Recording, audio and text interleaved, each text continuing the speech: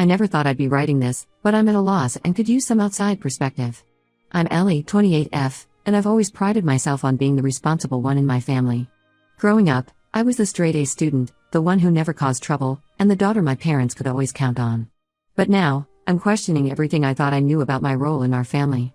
My younger brother, Jack, 17M, came into our lives when I was 11. I remember the day my parents sat me down to tell me I was going to be a big sister. They were so excited, but I felt conflicted. I was used to being an only child, and suddenly, I was going to have to share my parents' attention. Looking back, I think that moment set the tone for my relationship with Jack. Our parents, Tom, 65M, and Diana, 63F, had Jack later in life. They were already in their late 40s when he was born, and I think they saw him as their second chance at parenting. They'd always been strict with me, pushing me to excel in everything I did. But with Jack, they were more relaxed, more indulgent. As Jack grew up, I was busy with my own life. I threw myself into my studies, determined to get into a good college and make something of myself. I babysat Jack occasionally, but we never really bonded. He was just this kid who lived in my house, always wanting to play when I was trying to study or hang out with my friends. I left for college when Jack was 6, and after that, our interactions became even more limited. I'd come home for holidays and see him for a few days, but we never really talked about anything meaningful. I was too focused on my own life, my classes, my internships, and later, my career. After college, I landed a job at a marketing firm in the city, about an hour away from my hometown. I threw myself into work, climbing the corporate ladder and building a life for myself. I'd visit home every few months, but those visits were mostly spent catching up with my parents. Jack was always around, but he was usually glued to his phone or video games. I heard bits and pieces about Jack's life from our parents. They mentioned he was struggling in school, that he had trouble making friends. I remember feeling a twinge of concern, but I always pushed it aside. I told myself it wasn't my responsibility to fix Jack's problems. He had our parents for that. Last month, everything changed. It was a Tuesday night, and I had just gotten home from a long day at work. I was looking forward to a quiet evening with a glass of wine and my favorite TV show when I heard frantic knocking at my door. To my surprise, it was Jack, looking disheveled and panicked. I let him in, and he immediately started rambling about needing a place to stay. He was sweating, his eyes darting around nervously. I asked him what was going on, and he spun a tale about some guys from school harassing him. He claimed they'd been following him and that he was scared to go home. At first, I felt sympathetic. I offered him my guest room and told him he could stay for a few days. I even called our parents to let them know Jack was with me, saying he needed some space. They seemed worried but grateful that he was safe. The next day, I took off work to spend time with Jack and try to understand the situation better. We talked, and he opened up about feeling overwhelmed at school and struggling to fit in. He told me about the pressure he felt to live up to the family name, to be as successful as his big sister. I felt a pang of guilt hearing this. Had my success somehow contributed to Jack's struggles? But things took a turn on the third day. I came home early from work and found Jack rummaging through my bedroom. He was going through my dresser drawers, and when I confronted him, I saw cash in his hands, money I had been saving for a trip to Europe I'd been planning for years. I was furious. I demanded an explanation, and that's when the truth came out. There were no bullies. Jack had been using drugs for months, and he'd run out of money to buy more. He came to me hoping to steal enough cash to get his next fix. I was shocked and disappointed. I told Jack he needed to leave immediately and that I was going to tell our parents everything. He begged me not to, promising he'd quit on his own, but I knew it was beyond that point. I drove Jack home that night and sat down with our parents. I told them everything Jack had confessed to me. They were devastated, but grateful I had brought it to their attention. They immediately started making plans to get Jack into a rehabilitation program. Now, I'm torn. Part of me feels like I did the right thing by telling our parents and getting Jack the help he needs. But another part of me wonders if I should have tried to help him myself first. Maybe if I had been a better sister over the years, things wouldn't have gotten this bad. I can't help but think about all the times I brushed off family gatherings or didn't return Jack's occasional texts. Was I too focused on my own life? Should I have paid more attention to the signs that something was wrong? I remember a specific incident from last Thanksgiving. Jack had tried to talk to me about some trouble he was having at school. I was distracted, checking work emails on my phone, and I brushed him off, telling him to just study harder. Now I wonder, was that a cry for help that I ignored? Our parents are dealing with this as best they can, but I can see the strain it's putting on them. They're in their 60s now, and this isn't how they imagined spending their retirement years. Dad's health hasn't been great lately. He had a minor heart attack last year, and I'm worried about how this stress might affect him. Mom called me yesterday, crying. She blames herself for not noticing something was wrong sooner. She talked about how she and Dad had always been so proud of me, always bragging about my accomplishments to their friends. She wonders if they inadvertently made Jack feel like he could never measure up. Jack is now in a 30-day inpatient program. Our parents call me with updates, but I haven't visited him yet.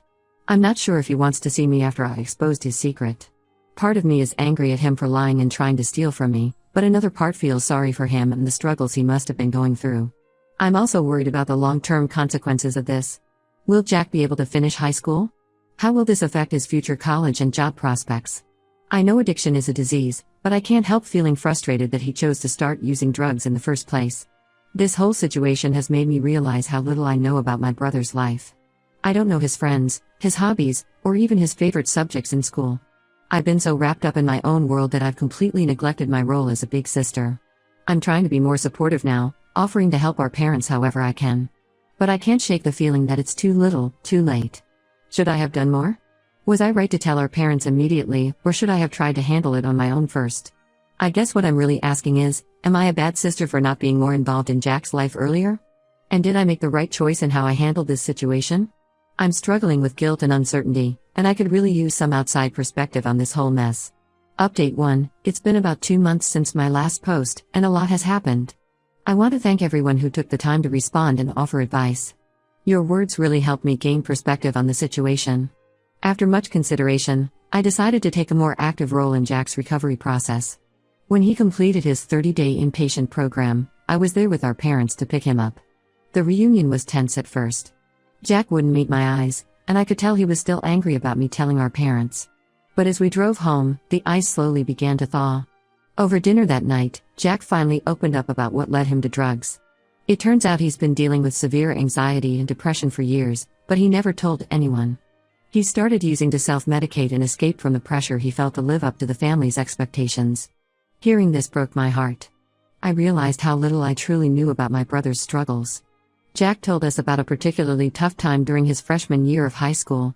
He had tried out for the basketball team, hoping to follow in our dad's footsteps. Dad had been a star player in his day. Jack didn't make the cut, and he felt like he had let everyone down.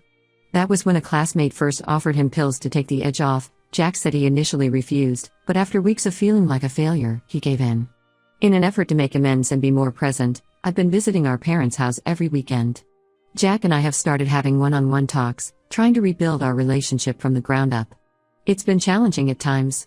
There's a lot of hurt and misunderstanding to work through on both sides. One particularly difficult conversation happened about 3 weeks ago. Jack confessed that part of the reason he never reached out to me was because he felt intimidated by my success. He saw me as this perfect older sister who had it all together, and he was afraid of disappointing me.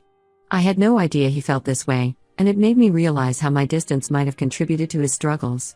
We talked about our childhood, and I was surprised to learn how Jack had perceived things. He told me about times when he'd overheard our parents comparing us, always holding me up as the example to follow. I hadn't realized how much pressure that had put on him. It made me think about how I had always seen Jack as the favored child, getting away with things I never could. It was eye-opening to see how differently we had experienced our family dynamic. On the positive side, Jack has been committed to his recovery. He's attending outpatient therapy 3 times a week and has joined a support group for teens dealing with addiction. Our parents have also started family therapy sessions, which I've been participating in when I can. These therapy sessions have been revealing. We've uncovered patterns of communication, or lack thereof, that have been hurting our family for years. Mom tends to avoid conflict, often sweeping issues under the rug. Dad, on the other hand, can be overly critical, especially when it comes to academics and career choices. Jack and I both admitted to feeling like we could never quite meet his standards. There have been some challenging moments. Last week, Jack had a close call with relapse. One of his old friends contacted him, trying to convince him to use again.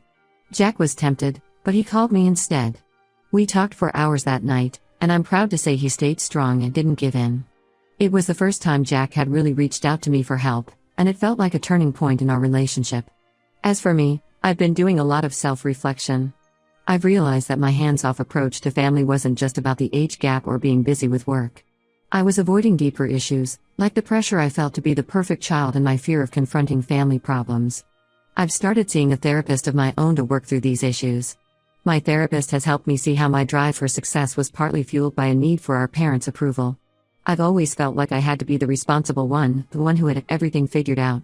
It's been liberating to admit that I don't have all the answers, that I'm still figuring things out too. Our parents are doing their best to navigate this new reality. They've been educating themselves about addiction and recovery, trying to find the balance between supporting Jack and maintaining necessary boundaries.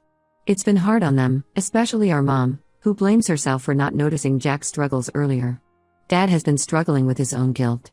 He admitted in a family therapy session that he had noticed Jack seemed down a few months ago, but he had chalked it up to typical teenage moodiness.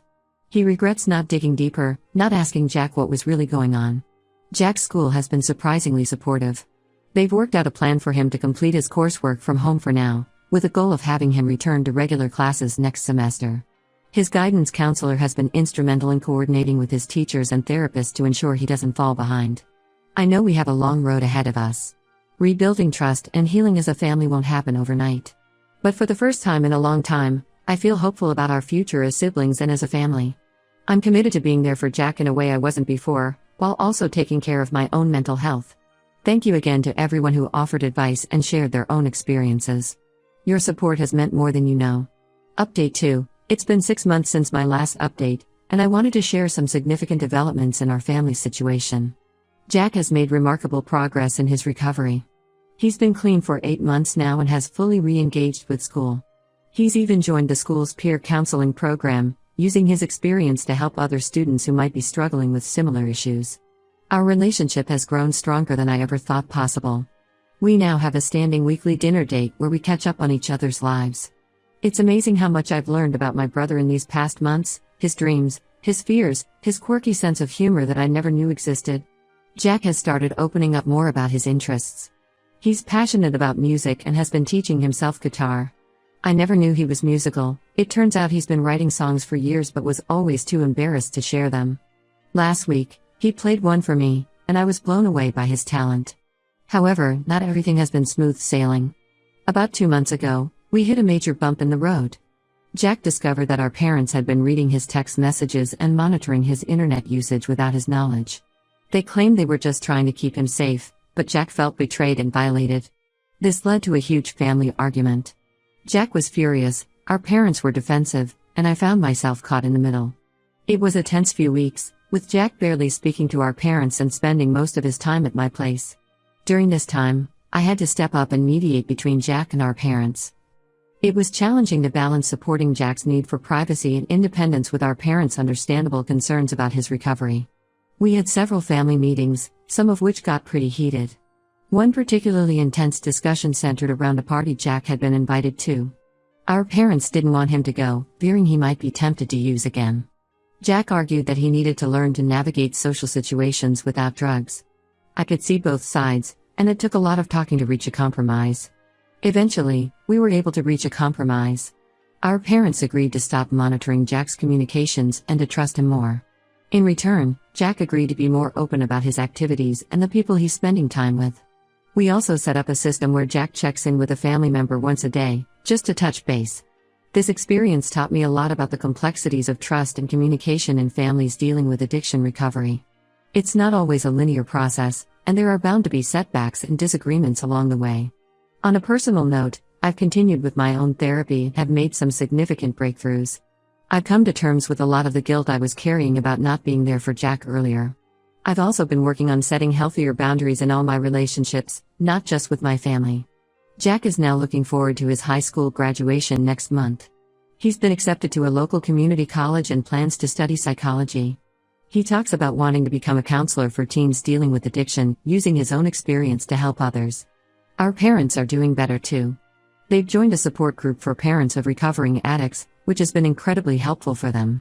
They're learning to balance their concern for Jack with respect for his growing independence. As for me, this whole experience has led me to reevaluate my career path. I'm considering going back to school to become a social worker, focusing on family counseling. I want to use what I've learned through this journey to help other families navigate similar challenges. While we still have our ups and downs, I'm amazed at how far we've come as a family. The communication, understanding between us have improved tremendously. We're not perfect, but we're learning and growing together. Thank you all for your continued support and advice throughout this journey. It's been invaluable in helping me navigate these challenging times. Update 3. It's been a year since my original post, and I wanted to provide one final update on our family's journey. Jack graduated high school last summer and has just completed his first semester at community college. I'm incredibly proud to say he made the dean's list. He's thriving in his psychology classes and has even started volunteering at a local youth center, mentoring teens who are struggling with substance abuse. The road hasn't always been easy. Jack had a minor slip-up about 4 months ago when the stress of starting college got to him. He called me in tears, admitting he'd taken a pill at a party. But instead of spiraling back into addiction, he reached out for help immediately. We got through it together, and it actually ended up strengthening our bond. Our family dynamic has continued to evolve. We've had our share of disagreements and tense moments, but we've also developed much healthier ways of communicating and resolving conflicts. Family therapy has been a crucial part of this process, giving us tools to express our feelings and needs more effectively. One significant change has been in how we handle family gatherings. In the past, these events were often tense, with everyone walking on eggshells. Now, we've learned to be more open and honest with each other. Last Thanksgiving, instead of pretending everything was perfect, we each shared something we were struggling with. It was a powerful moment of connection for all of us. I've made some big changes in my own life too. I quit my corporate job and have started taking classes towards a degree in social work. It's been challenging to go back to school while working part-time, but I've never felt more fulfilled. My experiences with Jack have given me a passion for helping families navigate addiction and recovery. Our parents have grown a lot too. They've become active in addiction awareness programs in our community, sharing their experiences to help other families. It's been healing for them to turn their pain into something positive. Dad, in particular, has really stepped up.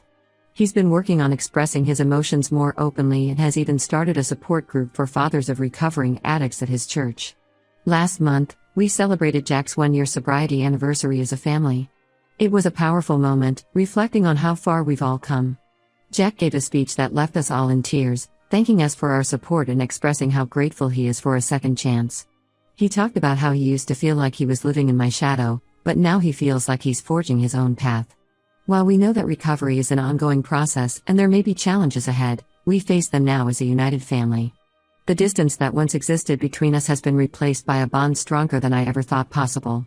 Jack and I have started a new tradition of taking a weekend trip together every few months. Our last trip was a camping adventure where we spent hours around the campfire, talking about our hopes and fears for the future. It's still surreal to me sometimes, how close we've become. This journey has taught me so much about love, forgiveness, and the importance of family. I'm grateful for the chance to rebuild my relationship with Jack and to discover the kind of sister I want to be. I've learned that it's never too late to change, to grow, to become closer to the people who matter most. Thank you all for being a part of this journey with us. Your support and advice have been invaluable. While this will be my final update, I want you all to know that your kindness and wisdom have made a real difference in our lives. We're still taking it one day at a time, but we're doing it together, and that makes all the difference.